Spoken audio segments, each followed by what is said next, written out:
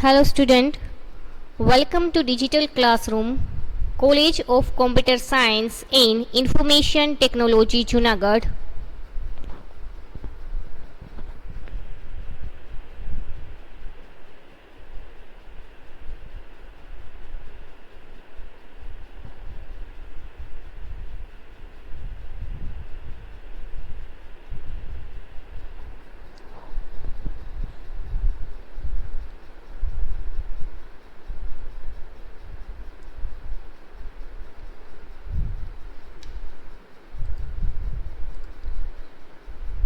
BSc Microbiology, semester number 5, paper number 501, subject name Immunology and the Clinical Microbiology, practical number 2nd. એમ શું છે એ study કરી લઈએ. લાસ્ટમાં તમે જે પ્રેક્ટિકલ સ્ટડી કર્યો હતો એ હતો પ્રેક્ટિકલ નંબર 4. કયો હતો તો કે ટોટલ કાઉન્ટ ઓફ WBC હતું. તમારે આ જે પ્રેક્ટિકલ છે એ છે total count of RBC. WBC અને RBC એ જે પ્રેક્ટિકલ પરફોર્મ કરો છો એ બંનેની મેથડ સેમ હશે, બટ તમે જે કાઉન્ટિંગ કરતા હશો ત્યારે અહીંયા જે પ્રેક્ટિકલ છે એમાં તમે એરેથ્રોસાઇટ્સ મીન્સ કે રેડ બ્લડ સેલનું કાઉન્ટિંગ કરતા હશો. કઈ ચેમ્બરમાં તો કે ન્યુબસ ચેમ્બરમાં અથવા તો હિમોસાઇટોમીટરમાં તમારે કાઉન્ટ કરવાનું રહેશે. આજે જે તમે સેલનું કાઉન્ટિંગ કરો છો એ સેલનું નામ છે રેડ બ્લડ સેલ.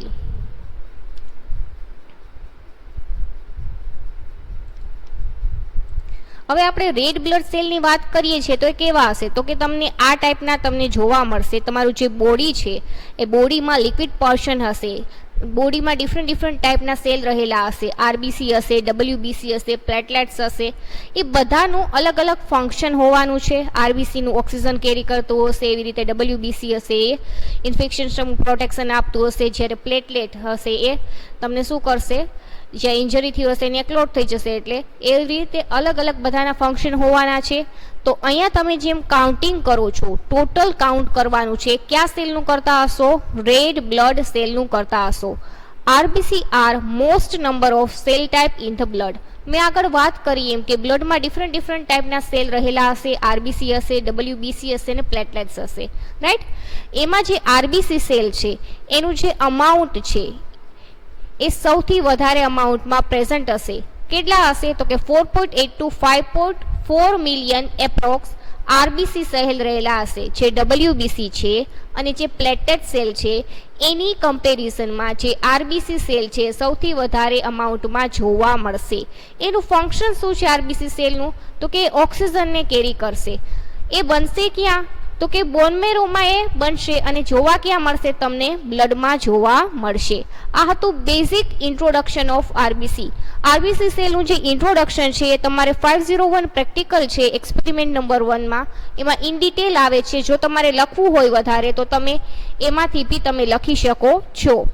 અહીંયા તમને બેઝિક ઇન્ટ્રોડક્શનમાં ખાલી આટલું જ આવશે. RBC સેલ છે એ સૌથી વધારે અમાઉન્ટમાં પ્રેઝન્ટ હશે બ્લડ સેલમાં. એનું ફંક્શન શું છે એ ક્યાં જોવા મળશે. નેક્સ્ટ તમારે કયા કન્ટેનરમાં જોવાના રહેશે તો કે clinical significance, principal, value, specimen, requirement, process, result and conclusion and also calculation જોવાની રહેશે. હવે અહીંયા આપણે વાત કરીએ એમ કે ક્લિનિકલ સિગ્નિફિકન્સ એટલે શું તો કે ક્લિનિકલ સિગ્નિફિકન્સ એટલે પર્ટિક્યુલર જે આપણે આગળ વાત કરી RBC સેલની વાત કરી કે જે નોર્મલ વેલ્યુ હશે એ મેલ અને ફિમેલમાં કંઈક ડિફરન્ટ હશે. એવી જ રીતે આગળ વાત કરી કે RBC સેલ છે, WBC સેલ છે અને પ્લેટલેટ્સ છે, રાઈટ. એ બધાનું અમાઉન્ટ જે બ્લડ સેમ્પલ હશે એમાં ડિફરન્ટ હશે. RBCનું આપણે એમ કીધું છે કે 4.5 to 5 અથવા તો 4 to 6 A around approx A around RBC cell present હશે. જો એના કરતાં વધારે અથવા તો એના કરતાં ઓછા અમાઉન્ટમાં RBC સેલ તમારા બોડીમાં પ્રેઝન્ટ હોય તો તમને ક્યાં ડિઝીઝ થઈ શકે એ તમારે ક્લિનિકલ સિગ્નિફિકન્સમાં જોવાનું હોય. તમને RBC સેલની અમુક નોર્મલ વેલ્યુ આપી હશે. એ નોર્મલ વેલ્યુ કરતાં જો એનો આન્સર વધી જાય અથવા તો ઘટી જાય તો એના સિમ્ટમ્સ ક્યાં હશે અને એના લીધે કયા ડિઝીઝ અથવા તો ડિસઓર્ડર થયા હશે એ તમારે ક્લિનિકલ સિગ્નિફિકન્સમાં જોવાનું રહેશે. અહીંયા સૌથી પહેલાં જોઈએ તો તમને જે નોર્મલ વેલ્યુ આપી હોય આરબીસી સેલની એના કરતાં આરબીસી સેલનું કાઉન્ટિંગ કરો અને ત્યારે ડિક્રીઝ થઈ જાય તો એનું રીઝન શું હશે? તો કે ફોર એક્ઝામ્પલ અનેમિયા થયું હશે તમને, તો એ કન્ડિશનમાં જે આરબીસી સેલ છે, બ્લડ સેમ્પલ હશે તમારું, એ બ્લડ સેમ્પલ હશે એમાં જે આરબીસી સેલ હશે એ વધારે અમાઉન્ટમાં આરબીસી સેલનું પ્રોડક્શન થવા દેશે નહીં, અને એટલે જ જે આરબીસી સેલનું કાઉન્ટિંગ કરશો ત્યારે તમને ડિક્રીઝ જોવા મળશે. પહેલું રીઝન શું છે? તો કે એનેમિયાની કન્ડિશન હશે, એ કન્ડિશનમાં જે રેડ બ્લડ સેલ હશે એ વધારે અમાઉન્ટમાં પ્રોડક્શન થશે નહીં, એટલે તમને જે કાઉન્ટિંગ કરો એ ઓછા અમાઉન્ટમાં નોર્મલ રેન્જ કરતાં આરબીસી જોવા મળશે. એના સિવાય બ્લડ લોસ થઈ ગયું હશે, ક્યારેક ઇન્જરી થઈ હોય તો બ્લડ લોસના લીધે બી તમને ડિક્રીઝ આરબીસી કાઉન્ટિંગ જોવા મળે. એના સિવાય તમે ક્યારેક ડાયટિંગ કરતા હો, ન્યુટ્રિશનલ ડેફિશિયન્સી હોય ત્યારે, ડાયટિંગમાં તો બધા પ્રકારનું તમે ફૂડ લેતા નહીં હો એટલે તમને ડેફિશિયન્સી થશે કોઈ બી આયર્નની, કોપરની અથવા તો વિટામિનની. એ કન્ડિશનમાં બી તમારું જે આરબીસી કાઉન્ટિંગ હશે એ ડિક્રીઝ જોવા મળશે. અથવા તો બોન મેરો ફેલિયર, બોન મેરોને લગતી કોઈ બી ડિસઓર્ડર હશે, કોઈ બી ડિઝીઝ હશે, એ કન્ડિશનમાં બી જે આરબીસી સેલ છે એ નોર્મલ રેન્જ કરતાં ઓછા અમાઉન્ટમાં, ડિક્રીઝ અમાઉન્ટમાં તમને જોવા મળશે.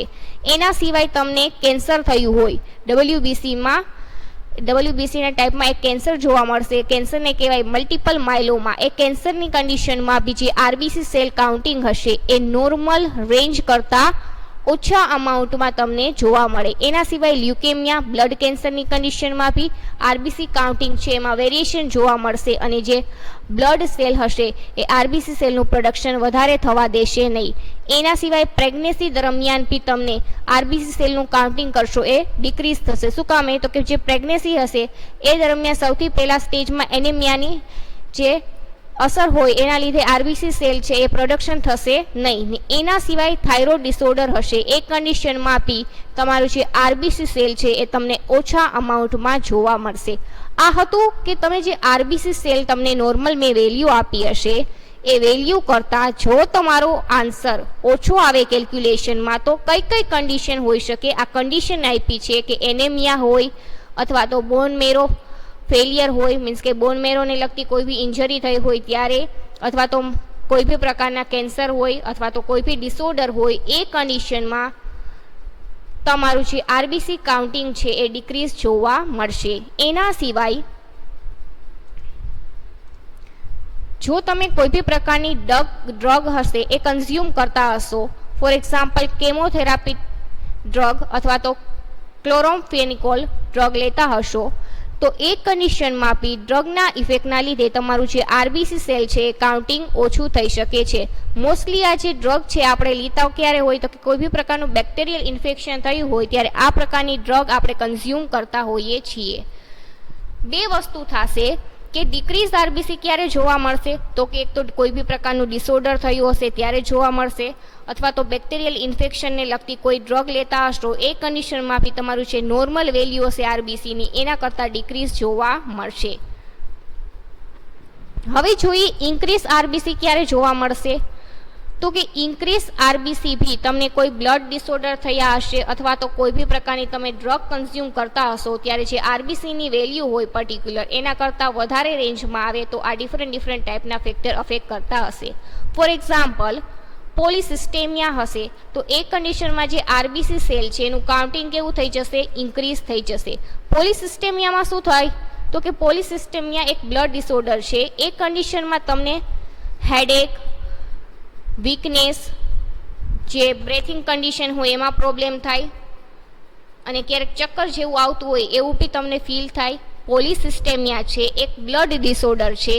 એ કન્ડિશનમાં જે બ્લડ સેલ હશે એ વધારે અમાઉન્ટમાં પ્રોડ્યુસ થશે અને એનો આન્સર જે નોર્મલ રેન્જ હોય એના કરતાં વધી જશે.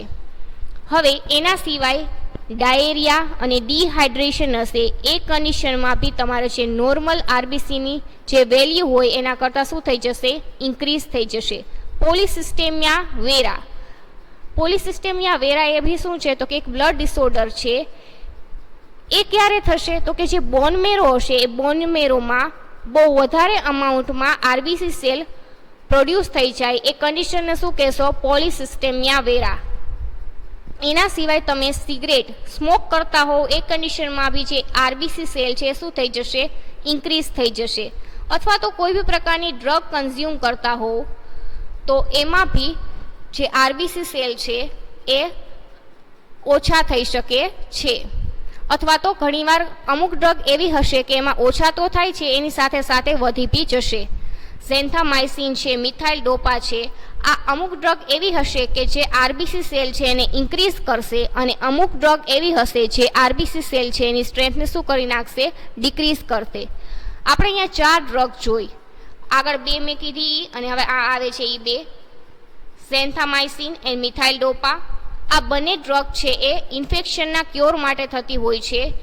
ઝેન્થામાઇસિન છે એનો યુઝ ક્યાં થતો હશે, તો કે બ્લડ સેમ્પલ છે એમાં કોઈ બી પ્રકારનું તમને બેક્ટેરિયલ ઇન્ફેક્શન લાગ્યું હશે એ કન્ડિશનમાં તમે ઝેન્થામાઇસિન ડ્રગ લેતા હશો. અને એના સિવાય મિથાઇલ ડોપા છે એ તમને હાઈ પ્રેશર બ્લડ પ્રેશર હશે, એમાં જે હાઈ બ્લડ પ્રેશરનો પ્રોબ્લેમ હોય ત્યારે એ જે બ્લડ વેસલ હોય એમાં બ્લડના ફ્લોને રિધમમાં લાવવા માટે આ ડ્રગનો યુઝ થતો હોય છે. આ હતું basic clinical significance of RBC, કે તમને જે કન્ડિશન આપી હોય, જે વેલ્યુ આપી હોય આરબીસી સેલની, એ વધારે અથવા તો ઓછો આન્સર આવે તો એ કઈ કન્ડિશન હોય એના લીધે આન્સર વધારે અથવા તો ઓછો આવે છે. કઈ કન્ડિશનનો મતલબ કે કોઈ ડિઝીઝ હોય અથવા તો તમે ડ્રગ કન્ઝ્યુમ કરતા હો, એના માટે તમને ક્લિનિકલ સિગ્નિફિકન્સ અહીંયા આપેલું છે.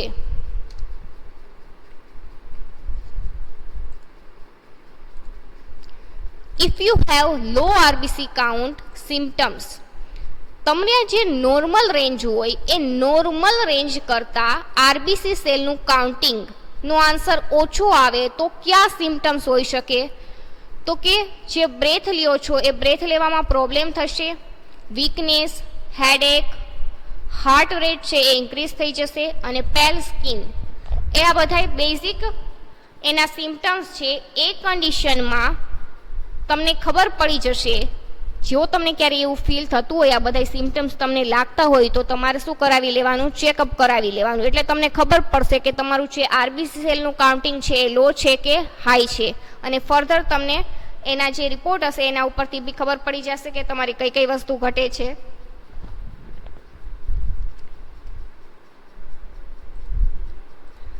If you have high RBC count, you should be experience symptoms such as joint pain, skin itching and sleep disturbance. આગળ વાત કરી એ લો આરબીસી કાઉન્ટિંગ હોય ત્યારના સિમ્ટમ્સ હતા. આપણે અત્યારે વાત કરીએ છીએ એ ક્યારે જોવા મળશે સિમ્ટમ્સ, તો કે જો આરબીસી કાઉન્ટિંગ હશે, હાઈ હશે, તો કયા સિમ્ટમ્સ જોવા મળશે, તો કે જોઈન્ટ પેન થશે, સ્કિન હશે એમાં ઇચિંગ થશે, એના સિવાય તમને પ્રોપર સ્લીપ નહીં થાય. એ બધા ડિફરન્ટ ટાઈપના સિમ્ટમ્સ હશે. એ કન્ડિશનમાં જે આરબીસી સેલ હશે એની વેલ્યુ હશે એ કેવી હશે, ઇન્ક્રીઝ હશે.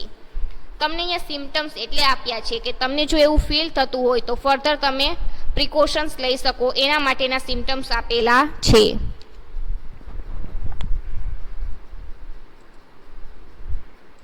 Next, variation in red blood cell counting.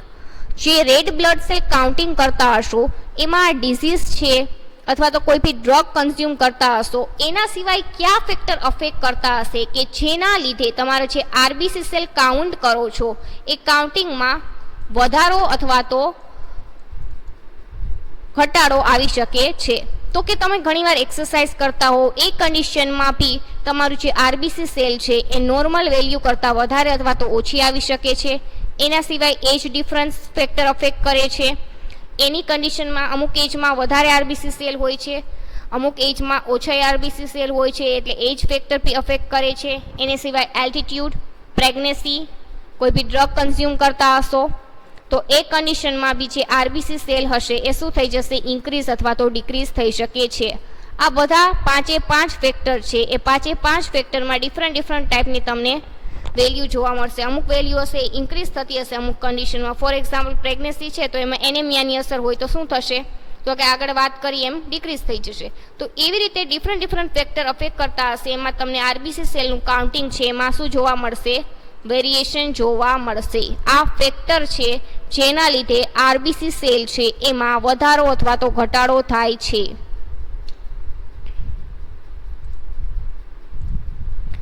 હવે નોર્મલ વેલ્યુ કેટલી હશે?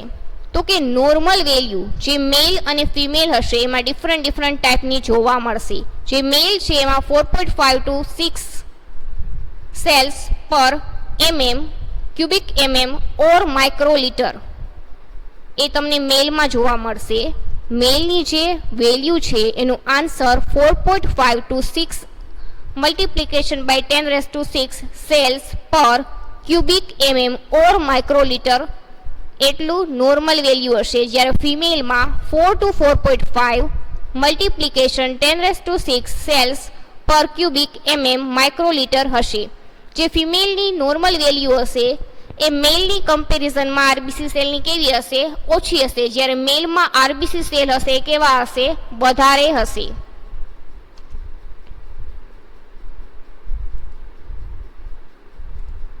હવે તમારે અહીંયા સ્પેસીમેન એટલે બીજું કાંઈ નહીં કે તમે જે બ્લડ સેમ્પલ લ્યો છો એમાં એન્ટીકોએગ્યુલેટ એજન્ટ કયો યુઝ કરો છો એ જ છે.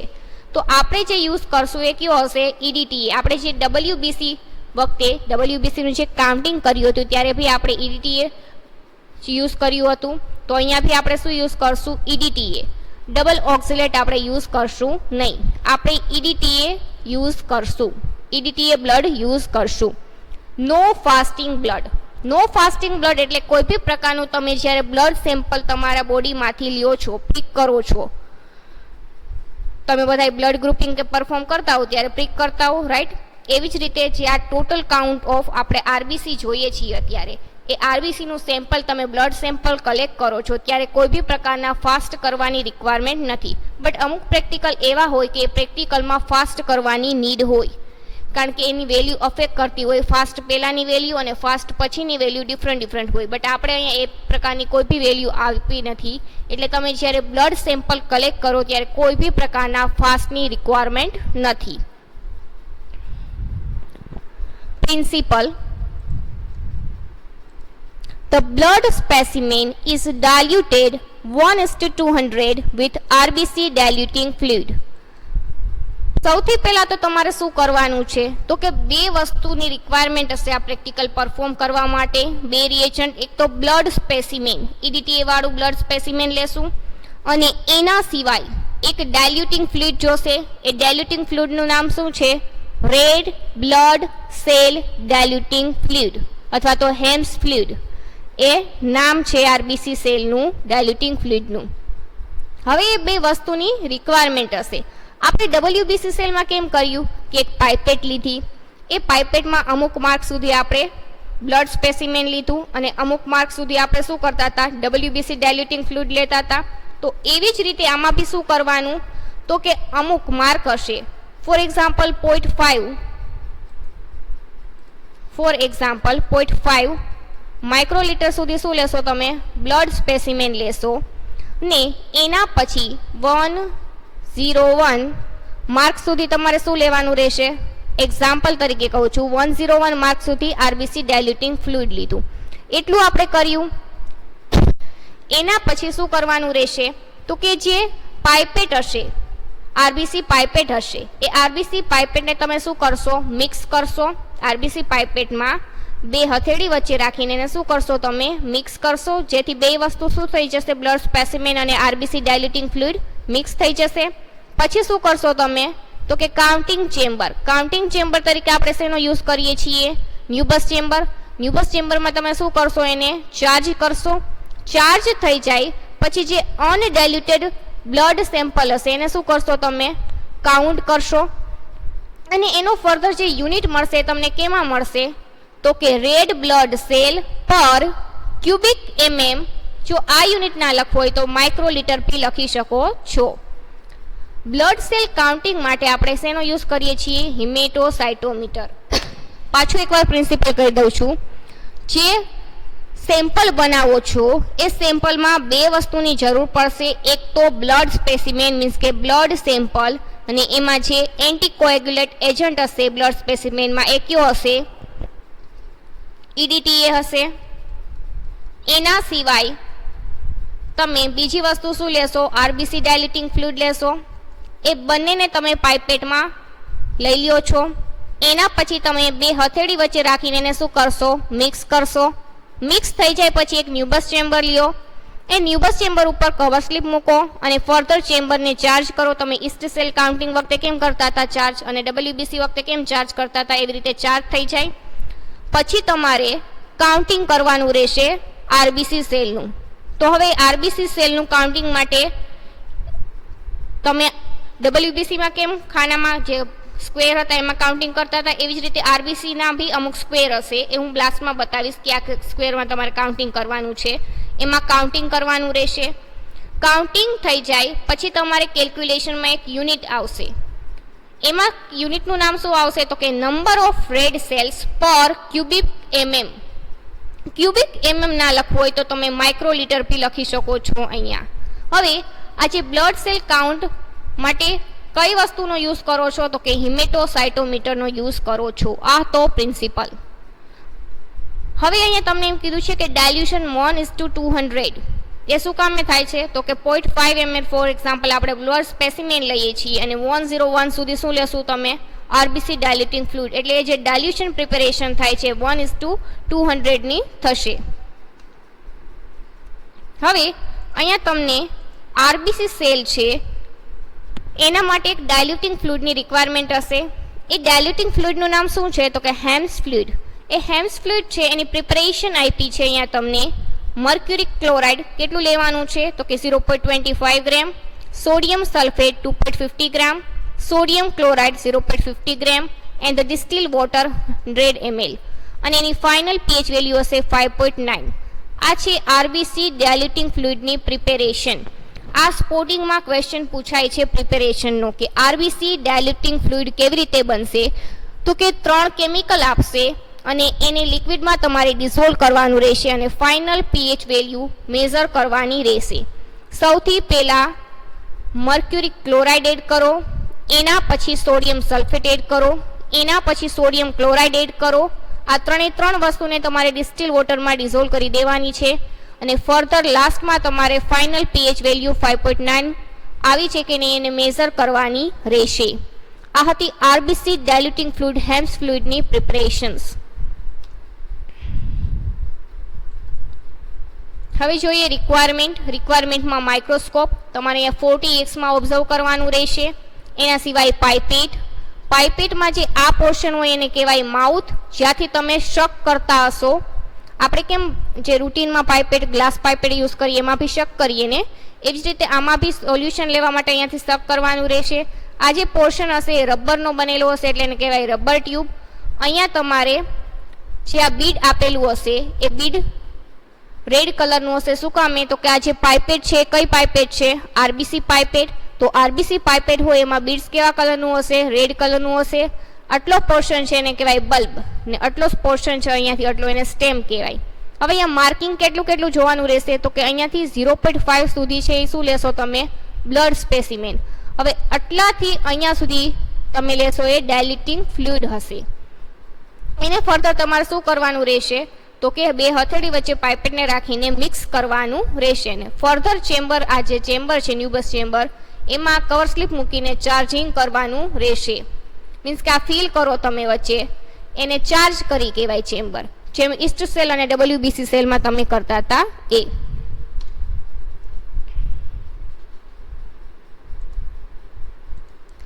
હવે જોઈએ પ્રોસેસમાં શું કરવાનું છે? તો કે draw the capillary up to 0.5 mark of RBC pipette. કેપિલરીની બદલે તમારે અહીંયા બ્લડ બી લખી શકો છો.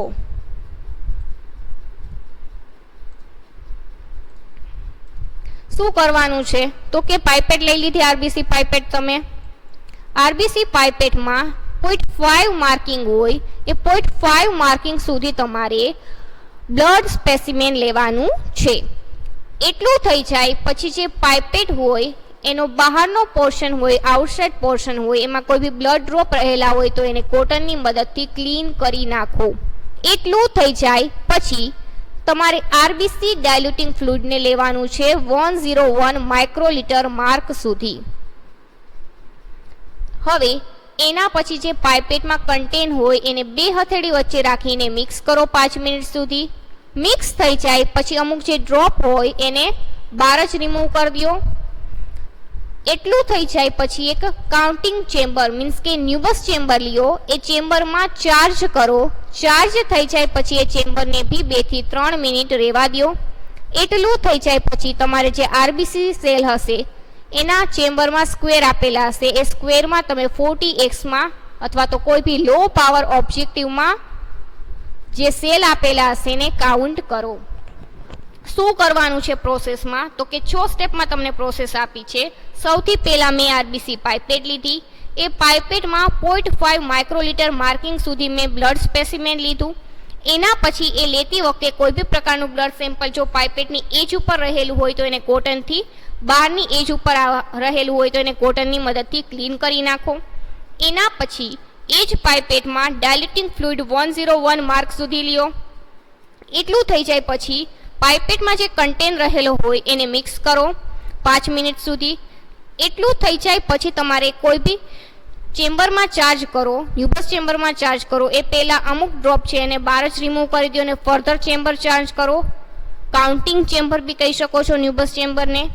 એના પછી જે ચેમ્બર છે એને 2 થી 3 મિનિટ એ જ પ્લેસ ઉપર રહેવા દો અને ફર્ધર તમે માઇક્રોસ્કોપમાં એને સ્ટેજ ઉપર ન્યુબસ ચેમ્બર છે એને રાખી દો. અને તમારે જે ઓબ્જેક્ટિવ લો પાવર ઓબ્જેક્ટિવ જેમાં જોવાનું હોય, ફોર એક્ઝામ્પલ 40x તો 40x જે ઓબ્જેક્ટિવ છે એ સેટ કરો.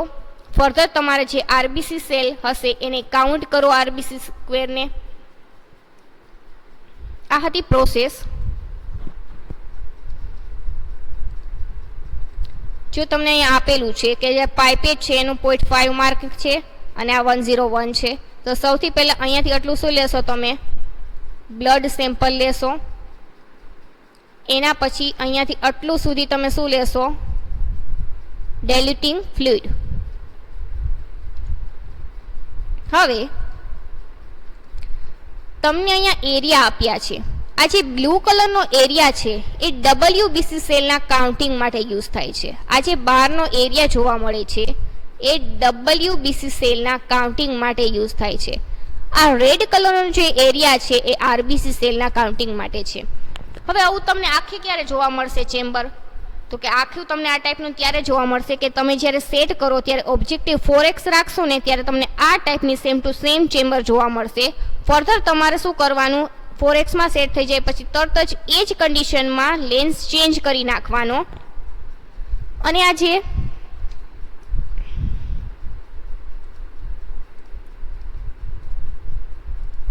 રેડ પોર્શન હોય એ રેડ પોર્શનમાં તમારે કાઉન્ટ કરવાનું રહેશે. આ રેડ પોર્શન કેનો બતાવે છે? એરેથ્રોસાઇટ અથવા તો આરબીસી સેલનો બતાવે છે. આમાં બી તમને 16 આવેલા હશે, એકમાં સ્ક્વેર 16 ખાના છે. ઓકે, હવે અહીંયા તમને માઇક્રોસ્કોપિક ઓબ્ઝર્વેશન આપ્યું છે કે 1 2 3 4 5 આપેલું છે.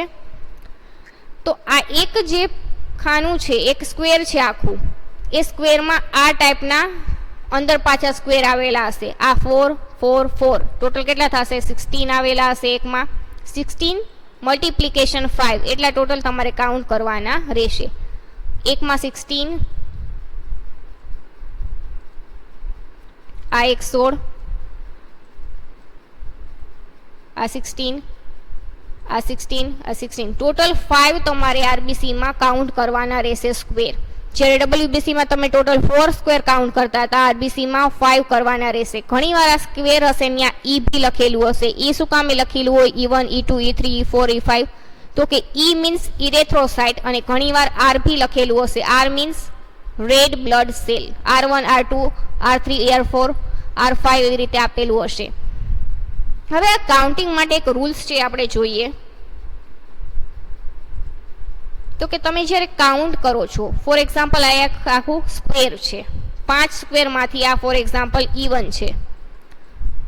E1માં જે આરબીસી સેલ છે એ આવી રીતે જો આટલા આ ફોર્થ પોર્શન છે એમાંથી થર્ડ પોર્શન જો સેલનો બહાર હોય તો એ કાઉન્ટ કરવાનો રહેશે નહીં. બટ ફોર્થ પોર્શનમાંથી ખાલી એક પોર્શન બહારની સાઈડ હોય તો એને તમે કાઉન્ટ કરશો. તમને અહીંયા આપેલું જ છે કે જો આખો આવી રીતે સેલ પ્રેઝન્ટ હોય આમાં તો કાઉન્ટિંગ કરવાનું, બટ અડધું બહાર ને અડધું અંદર હોય તો કાઉન્ટ કરવાનો રહેશે નહીં. હવે તમને અહીંયા ઓબ્ઝર્વેશન ટેબલ આપ્યું છે. આ ઓબ્ઝર્વેશન ટેબલ તમને જ્યારે જર્નલ આપવામાં આવે ત્યારે તમારે પ્રિપેર કરવાનું રહેશે અથવા તો રેકોર્ડ બુકમાં લખવાનું રહેશે કે E1, E2, E3, E4 અને E5 વચ્ચેનું જે બ્રેકેટ હશે એને E5 કહેશો. શું કહેશો? E5. E1 માં ટોટલ કેટલા છે કાઉન્ટ કરશો એટલે તમને મળશે આ સમ આવી રીતે. E means erythrocyte. મેં આગળ કીધું એમ કે ઘણીવાર જે આ સ્ક્વેર છે ને E ભી લખેલું હોય ને ઘણીવાર R1 ને R2 એવી રીતે ભી લખેલું હશે. બેમાંથી ગમે તે તમે લખી શકો છો. તમે માઇક્રોસ્કોપમાં ઓબ્ઝર્વ કરશો એટલે તમને આ ટાઈપના બ્રેકેટ જોવા મળશે. એ બ્રેકેટમાં તમારે ફર્ધર કાઉન્ટ કરી લેવાનું. આ જે એક છે એક સ્ક્વેરને રિપ્રેઝન્ટ કરે છે 1 2 3 4 5 આવી રીતે તમે પ્રિપેર કરશો તો આ જે ફર્સ્ટ છે એમાં 0 આમાં દેખાય છે તો કે 2 એવી રીતે 3 4 એવી રીતે કાઉન્ટ કરતું જવાનું રહેશે. હવે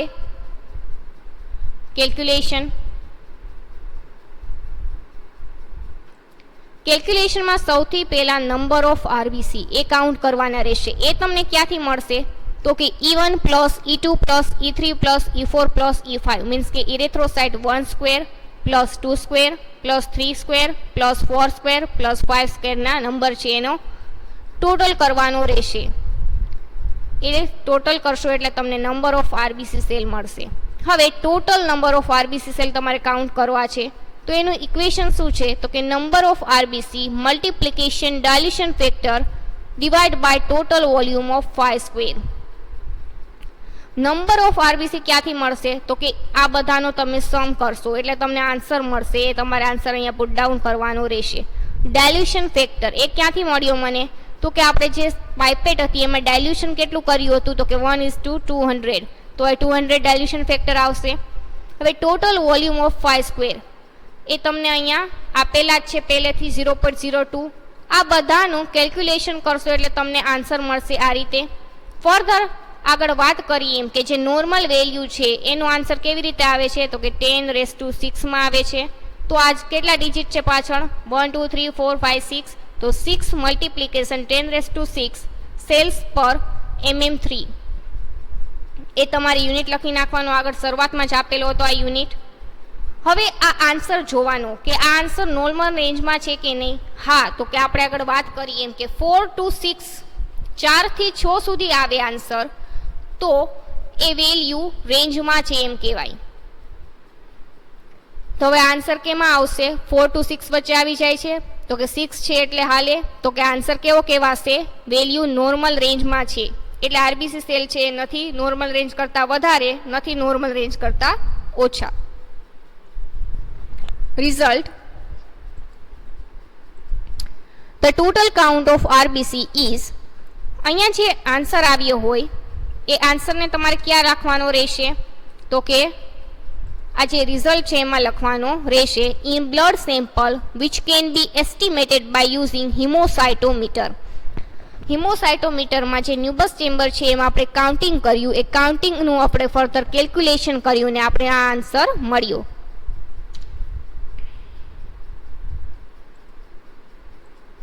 Conclusion. From the above result, we can conclude that the amount of RBC in blood sample is in normal range, so person is not suffering from any disease.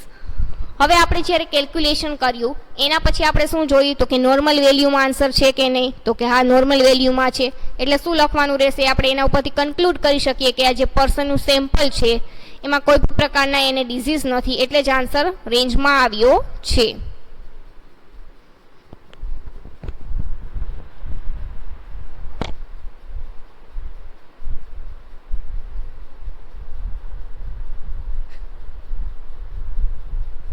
હવે પરફોર્મિંગ પાર્ટ જોઈ લઈએ total count of આરબીસીનું. સૌથી પહેલાં basic requirement જેમ ડબલ્યુબીસીમાં preparation હતી એમાં બી આવશે આમાં બી આવશે. કોટન એના પછી EDTA બ્લડ સ્પેસિમેન એમાં બ્લડ સેમ્પલ બી હશે. Next RBC pipette. Next, RBC diluting fluid. Next, Neubus chamber. Next cover slip અને લાસ્ટ માઇક્રોસ્કોપ. એટલે બેસિક રિક્વાયરમેન્ટ હશે તમારી. હવે સૌથી પહેલાં પાઇપેટને ક્લીન કરી નાખો. ફર્ધર તમારે 0.5 માર્કિંગ સુધી બ્લડ સ્પેસિમેન લેવાનું છે, શક કરવાનું રહેશે.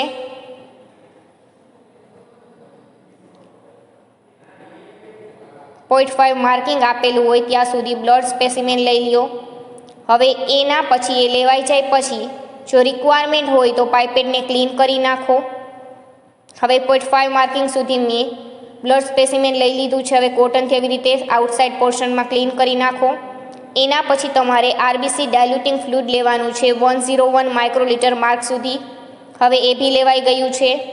એના પછી તમારે કન્ટેનને મિક્સ કરવાનું રહેશે. આવી રીતે તમારે મિક્સ કરવાનું રહેશે અરાઉન્ડ 5 મિનિટ સુધી. ફર્ધર અમુક ડ્રોપ હોય એને બહાર કાઢી નાખો અને ચેમ્બરમાં ચાર્જ કરો. હવે ચેમ્બર કાઉન્ટિંગ ચેમ્બર છે ચાર્જ થઈ ગઈ છે. એની ઉપર કવર સ્લીપ બી મૂકેલી છે. હવે હું માઇક્રોસ્કોપમાં ઓબ્ઝર્વ કરીશ. માઇક્રોસ્કોપના સ્ટેજ ઉપર મેં ન્યુબસ ચેમ્બર મૂકી દીધી છે. 40x ઓબ્ઝર્વ કરો હવે ટોટલ કાઉન્ટ ઓફ RBC સેલને. હવે કાઉન્ટિંગ થઈ જાય પછી તમારે એને કેલ્ક્યુલેશન કરવાની રહેશે. એટલે તમને આન્સર મળી જશે આન્સર રેન્જમાં છે કે નહીં. ફર્ધર રિઝલ્ટ અને કન્ક્લુઝન લખવાના રહેશે. Thank you.